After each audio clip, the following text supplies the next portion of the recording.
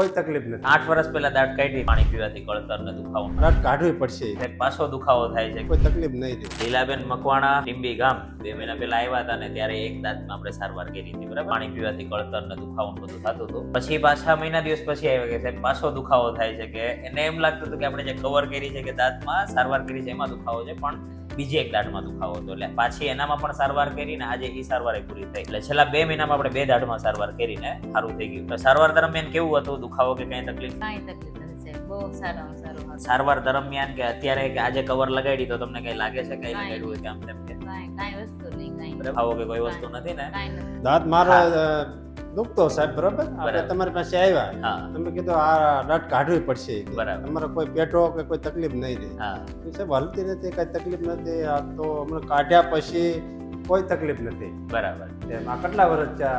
8 વર્ષ થયા. હવે દાદાને આપણે 8 વર્ષ પહેલા દાઢ કાઢી હતી, બરાબર. આપણા સંબંધ તો લગભગ 9-10 વર્ષ જૂના છે. અત્યારે ઈ દાઢ કાઢી હતી માં કોઈ તકલીફ જ નથી કોઈ તમારે? તકલીફ નથી, કઈ દાંત નથી નાખવા. બરાબર. હવે તમે કામ શું કરો છો દાદા? ખેતીનું કરીએ. તો એક ખેતી કરતા માણસે એવું વિચાર્યું કે નહીં આપણે દાઢ કાઢવી નથી અને બચાવી છે, સારવાર કરવી છે. તો જ્યાં સુધી દાઢ બચતી હોય ત્યાં સુધી બચાવવાની કોશિશ કરવી, ત્યાં સુધી દાઢ કાઢવી જોઈએ નહીં.